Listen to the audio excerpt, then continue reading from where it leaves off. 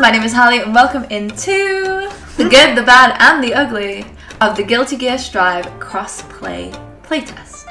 I've actually never played Guilty Gear before. This is my first time. So I'm going to be coming in this as a beginner, someone with no experience of it. So bear that in mind when you hear later potential criticisms. Okay, so the first thing I'm going to tell you is the controller didn't work. It didn't work. I spent about 5 minutes figuring out how to make it work on keyboard because I couldn't even sign the user requirements. But then, you know, once I got in, they let me pick my own name, which is cool. I like being able to pick my own name. And I always find that when getting into a game, it's great to get into the game. This must have like put me through about 4 times. It was like connecting. But then when I got in, I decided, you know what I'm gonna do? I'm going to give the story mode, well, not the story mode, the mission mode, because that's what I was recommended to do. So I have a friend who plays, and I was recommended to do the mission mode for it. So I did. That's literally what I did, and I found out that all the inputs showed up as if I was playing on controller. However, I was not playing on controller, and even though I had no controller plugged in, because I reset it about 4 or 5 times to try and get this to work, it still wouldn't show me the keyboard buttons. So that was an issue. Another thing was, some of the moves didn't work in the mission. It turned out we were locked in place for some of them, and it was a bit weird, and definitely my friend who I was playing with, who was showing me how to play, was like, oh, well, that's kind of weird. Yeah, so we really struggled with the missions, like trying to just get basic missions done so I could actually know my attacks was incredibly difficult. In the end, we ended up just saying, right, if we can't get controller working, we're just gonna go into the fighting each other section. Because, you know, the whole point of us doing this was to fight each other. So once we went on to play a match, we found out that you couldn't actually start play a match until you had done online match and cleared their tutorial as well.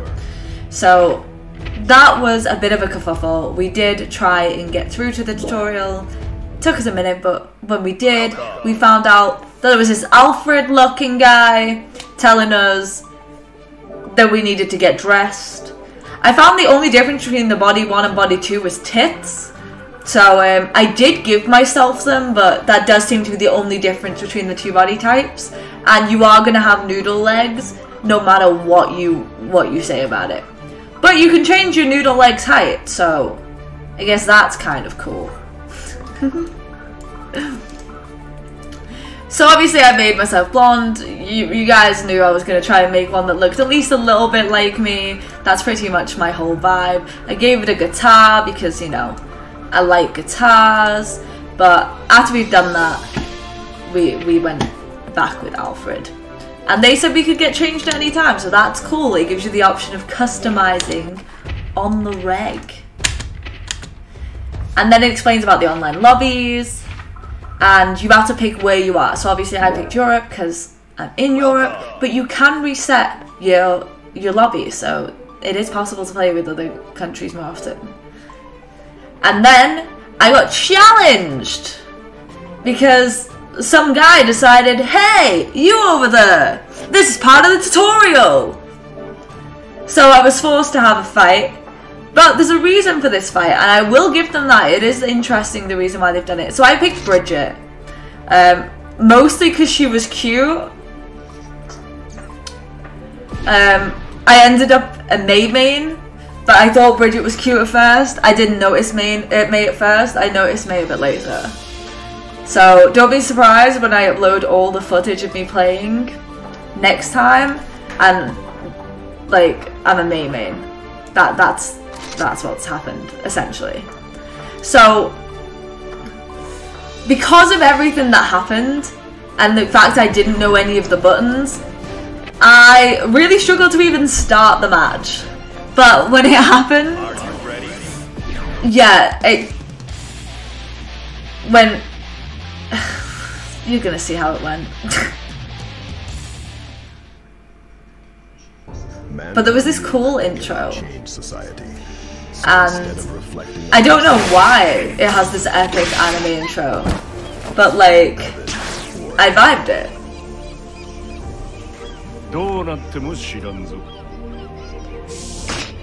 Yeah, Bridget's brutal. Bridget's brutal. Bridget versus Soul. Duel 1. So I didn't know my controls, I didn't know how Bridget worked. I had never played this game and the missions hadn't gone well.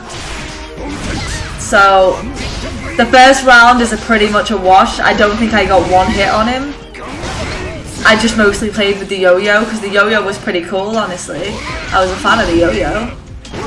But the first round was over fairly quickly because it was just like, yes. There I go. Death.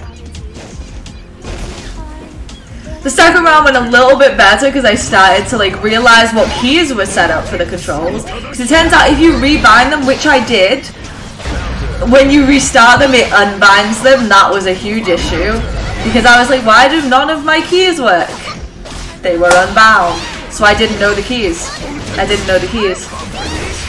But second match was definitely better. And, well, you guys will see what happens in the third match. But the second match, like, I did much better. You know, they at least died. I don't think the CPU was very difficult, but definitely died.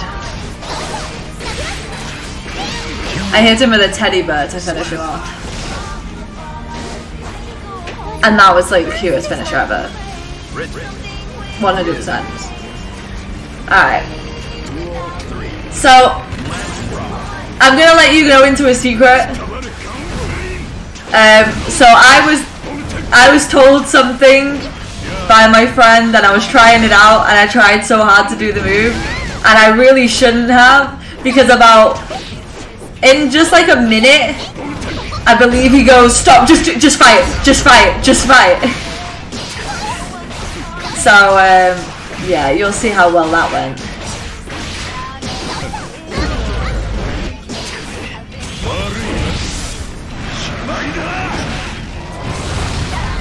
Yep, didn't know how to do the special at this point. If I'd have known, I may have had more of a chance, but I didn't.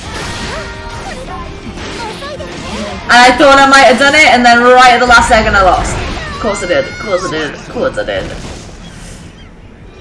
Yeah.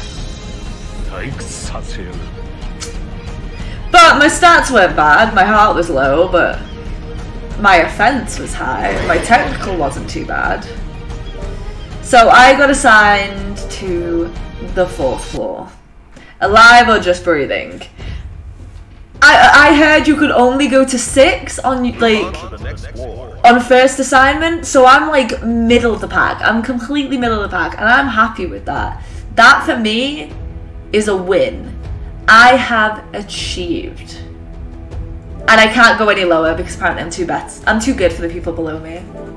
But there's like no one in them floors and everyone's a 4.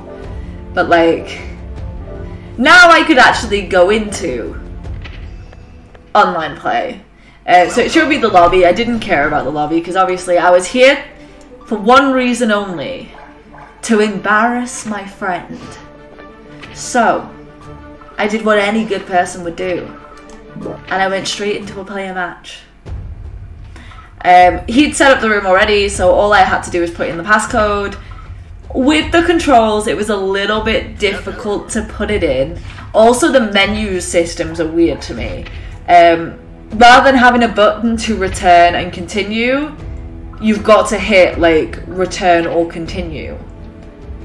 And yeah, I struggled with that. I was not good at that.